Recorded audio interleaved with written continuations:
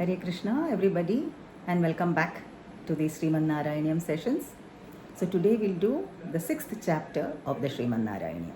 This sixth chapter is actually a continuation of the previous chapter, that is the fifth chapter.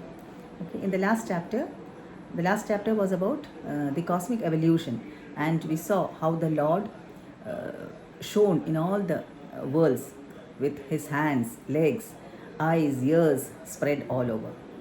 Okay, and in this chapter, the sixth chapter, the poet Sri Melpattur Narayana Bhattadaripad explains the cosmos as the form of the Lord. Okay, and the poet says, "O Lord, thy body is the whole universe." So let's get started. As usual, we'll read the first shloka of this chapter and then we'll do a quick translation. All right? एवं चतुर्दश जगन्मयतां गतस्य पातालमीश तव पादतलं वदन्ति पादोर्ध्वदेशमपि देवरसातलं ते गुल्भद्वयं खलु महातलमल्पुदात्मन्. So here in the first shloka, the poet says, "O Lord, thou took the wonderful form of the 14 worlds as thy Virata Swarupa." So which are the 14 worlds we saw last time in the last chapter? That is the Bhurloka, of which the earth is a part, is the middle planetary system, and below the Bhurloka are the 7 lower planetary systems, which are the Atala, Vitala, Sutala, Talatala, Mahatala, Rasatala and Padala. 7. And above the Bhurloka are the 6 heavenly planets or the upper planetary systems, which are the Bhuvarloka, Swarloka, Maharloka, Janaloka, Tapoloka and Satyaloka. Okay. So here in this first shloka, the poet says, "O Lord, the lower worlds, Patala is the lowermost world. Okay, the lowermost planetary system. So the Patala forms the lower portion of thy feet, that the soles of thy feet. And just above Patala is the Rasatala. And Rasatala is the upper portion of thy feet, O Lord. And Mahatala, and above that is Mahatala. Mahatala are thy 2 ankles. And then above that is the Talatala. Talatala, that is the shin, the portion between the knees and the ankle. That is Talatala. And above that is Sutala Loka. Sutala form thy knees. And Atala and Vitala are thy 2 thighs, he says. And the Bhuvar Loka, of which the earth is a part, forms your hip, that is the middle part of your body, O Lord. And the higher worlds, that is the Bhuvar Loka, is thy navel. The Swarloka, the heaven, that which is the abode of Indra. Indra is the king of the Swarloka. Swarloka is thy chest, and Maharloka is thy neck. Janaloka, thy face. Tapoloka, thy forehead. Satyaloka is thy head. And the Brahmarantra, that is the top point of the crown of the head. We learnt in the last class that yogis, they leave their body through the Brahmarantra at the top of the head and attain Sayujya Mukti, right? So this Brahmarantra are the Vedas, the poet says. And the clouds are thy beautiful locks of hair. And the abode of Brahma are thy 2 eyebrows. And thy body is conceived as made up of all the things in the universe. That is, everything is contained within the body of the Lord. And the poet continues to say, the eyelashes are the day and night, and the eyes are the sun. And he says, "O Lord, the whole creation is the extension of thy one glance." So in the last class, we saw how the universe came into being when the Lord cast his glance on Maya, his illusory energy. And then he says, the different directions are thy ears. The Ashwini Devatas are thy 2 nostrils. The Ashwini Devatas are the twin gods of Ayurveda, the physicians. They are physicians, the twin physician gods in charge of Ayurveda. So the Ashwini Devatas, they are thy nostrils. Greed and modesty are thy lips. The lower and upper lips are greed and modesty. So everything, good, bad, everything comes from the Lord. Alright, the stars are thy teeth, and Yama, the lord of death, is thy molars. And he continues to say, "O Lord, Maya is thy charming smile." Maya is the illusory energy of the material world, and which enchants us with a smile. Maya enchants us with a smile, and then we go after her, and then go deeper and deeper into the material desert, and we get entrapped in this. Okay, that's how we get caught in this. Okay, and he says, Maya is thy charming smile, the breath is the wind, water is the tongue of the Lord. And then the poet says, the birds' chirpings as they fly in formation are thy speech. So have you seen these birds fly in the sky, forming a V shape, a V formation, especially in the evenings, just before sunset, gliding across the sky, it's a beautiful sight. Okay, and when they fly together like this in this formation, it is said to increase their energy efficiency, and they can fly to a greater distance than while flying alone. Okay, so from where did they get this knowledge? From where did they get this power? It's all from the Lord. That's why the poet says, the birds' chirpings as they fly in formation are thy speech. I'm reminded of a poem that I learned somewhere in the smaller classes in school, a Hindi poem. The name of that poem, if I remember correct, was Tab Yaad Tumhari Aati Hai, Then I Remember You. What is that? The poet there says, early morning when I hear these birds chirpings, the birds sing. We need an alarm clock to wake up, right? But the birds don't need. When you hear the birds singing early morning, it is dawn, right? It is said that the birds can feel the light and sing when it is still dark. Okay, they can feel the light of the dawn and sing when it is still dark. Okay, so this poet says, when I hear the birds sing early morning, when I see the buds bloom into flowers, I remember you, O Lord. I remember. So like that, it's a nice poem. It's a long poem, very nice, beautiful poem. So in all these little insignificant things that makes this world a beautiful place to live in, we should remember, we should perceive the Lord's hands there. All right. And so then the poet continues to say, thy voice are the siddhas, or the divine artists, and fire is thy mouth, the devatas or the gods are thy arms, thy breasts are the dharma devas, that is gods of justice. O Lord, adharma is thy back. So dharma, adharma, that is justice, injustice, everything emanates from the Lord. And the unmanifest is thy heart. The oceans are thy abdomen. The sandhyas, that is the dusk, that is the time between the day and the night, the sunset, just before sunset, the dusk. The sandhyas are thy garments. Prajapati, the creator, is thy generative organ, and thy testicles is God Mitra. Okay, there are 12 Adityas according to the Srimad Bhagavatam, each in charge of a month of the year. And Mitra Deva is one of them. Okay, so he says, thy testicles is God Mitra. And then he says, the animal world is thy lower back. The elephants, camels and horses are the nails of thy feet. So these animals are used in warfare. The elephants, camels and horses, they are used in warfare. So these animals are the nails of thy feet, he says. And time is thy movement.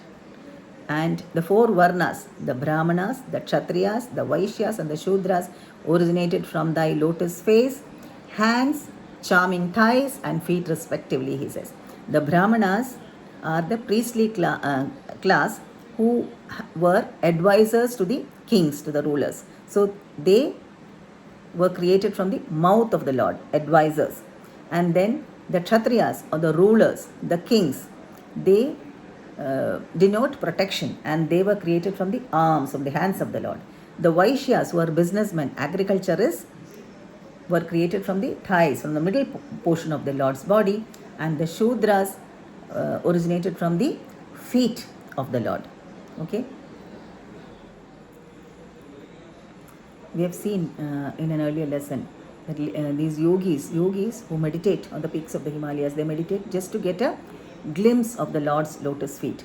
Okay, and yet it is so difficult. The Lord's lotus feet are the abode of all bliss, and the Shudras were created from the Lord's lotus feet. So how can they be lowly? Right? Nobody is low or high. We need all these four classes for the smooth functioning of the society. For the body to be functional, all the parts should be in good order, right? So likewise, everybody should cooperate with each other for the smooth functioning of the society. And Krishna himself says in the Bhagavad Gita, he says, Chaturvarnyam maya srishtam guna karma vibhakashaha. What did he say? I created these four systems based on the guna and karma, based on the quality and the work. Okay, it's not a birthright. Like a doctor's son cannot become a doctor unless he qualifies. Okay, he has to work for it. He has to qualify, right? Similarly, a minister's son cannot become a minister unless he acquires the quality, unless he works for it, right? So it is not a birthright. You have to work for it. It depends on the guna and karma. And when all these four classes work together, then what happens? Then there is peace and harmony in the society. All right. But in Kali Yuga, everything is topsy-turvy. And then in the next verses, the poet continues to say, O Lord, thy activity is the wheel of samsara, the creation or the universe, samsara. Okay, the host of asuras are thy prowess. The moon is thy mind. The mountains are thy bones. The many rivers are thy blood streams, and the trees are thy hair. May this indescribable form always shine in me, Bhattadri says. And Bhattadri winds up this chapter by saying, human beings who are bound by the law of karma should remember this Virata Rupa, or this cosmic form of the Lord, at the end of all rituals and when desirous of liberation at the time of leaving this body, that is at the time of death. And he says, O Lord of Guruvayur, my salutations to thee, please eradicate all my ailments. Okay, so whatever we think of while leaving this body, that is what we attain in our next life. In the Bhagavad Gita also, Krishna says in the 8th chapter, sloka numbers 5, 6 and 7, Krishna says, what yam yam vapi smaran bhavam tyajatyante kalevaram tam tam evaiti kaunteya sada tad bhava bhavitaha. Whatever you think of, whatever nature you are in while leaving this body, that nature you will attain. That you will attain after death. That's what he says. And if you think of me, antakale chamameva smaran muktva kalevaram, he says, if you leave your body thinking of me, you will come back to me. So how do we remember him at death? Krishna says in the next sloka, the 7th sloka, Krishna said, Tasmat sarveshu kaleshu mam anusmara yutyacha. He says, and therefore, O Arjuna, because we don't know when we are going to leave the body, right? We don't know when we are going to die. So he said, Tasmat sarveshu kaleshu, at all times, mam anusmara yutyacha. You fight remembering me. Think of me and do your duty. He does not tell Arjuna, okay, stop all your work and then meditate on me. No. We are all put in certain positions by the law of karma, and then we need to act. So do your duty thinking of me, and definitely you will attain me, Krishna says. All right. So that is, we need to practice in all our thoughts, words and deeds. When we remember him, then we will be able to remember him at the time of leaving this body also, and then attain the Lord after death. There is this story of King Bharata in the Srimad Bhagavatam. It runs to many chapters. We'll make it short and then we'll stop there. King Bharata was a very pious ruler. Okay? At a very early age, he gives up his kingdom. He entrusts his kingdom to his children, and then he leaves for the forest because he wanted to spend the rest of his life for self-realization. And there, slowly, he started experiencing spiritual ecstasy, and he was leading a very spiritual life in the forest. It was then one day, what happens? He sees a mother deer was giving birth to a baby, and in that process, the mother dies. So this king, he feels very compassionate. He feels sad. He feels sorry for the baby deer. He brings this baby deer to his ashram, to his hermitage, and takes care of the baby deer like his own son. All right, and gradually he started getting detached from his spiritual activities and got attached to the baby deer. Okay, the deer slowly grew up and it started wandering into the forest every day. One day, as usual, it wandered into the forest, and then it was late, even at Sandhya time at dusk, it had not come back. And the king was very anxious. King was thinking, what happened to my little deer? And he goes into the forest, he walks into the forest to find out, deep into the forest, to find out what happened to this baby deer, in search of this baby deer. And on the way, he trips and falls down, okay, and gets fatally injured. And there he was lying on the ground thinking of the deer. From somewhere, all of a sudden, this deer comes running to him and stands by his side like a faithful son. And this King Bharata, he looks at the baby, at the deer's face, and he was wondering, oh my God, now I'm about to die. Okay, now who will look after this deer in my absence? And thus thinking, he left his body. And in his next life, he got the body of a deer, because he left the body thinking of the deer, and therefore, in the next life, he got the body of a deer. But by the grace of God, he could remember his past life. He lived near an ashram, and many years passed, and slowly he left the deer body also. And in the next life, that is the third life, again he got the human form of life, and he was born into a Brahmana family, and again he got the name Bharata.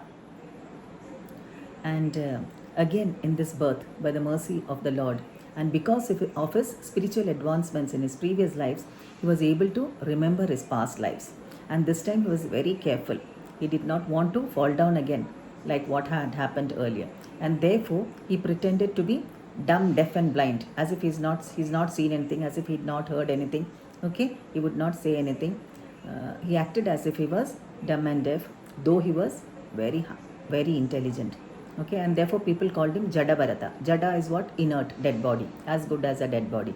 Jada Bharata. So that's how he got the name Jada Bharata. Once it so happened that a group of thieves caught him and took him into the forest. Then also he kept quiet. They took him to the forest. They were devotees of goddess Bhadrakali, Kali. And there they were about to offer this Jada Bharata as a sacrifice to goddess Kali, when goddess Kali appears from the altar, snatches the swords from the hands of these thieves and beheads all of them. Okay, all of them, and saves Jada Bharata's life. Okay, and then in another instance, King Rahugana, the ruler of that state, realizing the greatness of Jada Bharata, he came to know that this person is not an ordinary person. He receives instructions from Jada Bharata. And in this life, Jada Bharata was very careful not to repeat the same mistakes that he had done in his earlier lives. And he lives a spiritual, he lives his life dedicates his life to the service of the Lord. And then at the end of his life, he leaves the body thinking of the Lord, and then goes back to the Lord, and gets freed from this never-ending cycle of birth and death, and goes back home, back to Godhead. Okay, so we should be very, very careful in our everyday, in our thoughts, words and deeds. We should always remember that we should never, ever forget the Lord, because we never know when we are going to leave this body. Okay, so when we think of the Lord in all our whatever we do, when we think of the Lord, what happens? Then it becomes a practice. Practice makes one perfect, right? So we should always remember the Lord, and then try to get out of this never-ending cycle of birth and death. Like we discussed earlier, this human form of life is very rare. Okay, and then we should make use of it to get detached from this material bondage. So let's stop here, and we'll meet again with chapter 7. Okay. Hare Krishna. Thank you for watching. Hare Krishna, Krishna Krishna, Hare Hare, Hare Rama, Rama Rama, Hare Hare.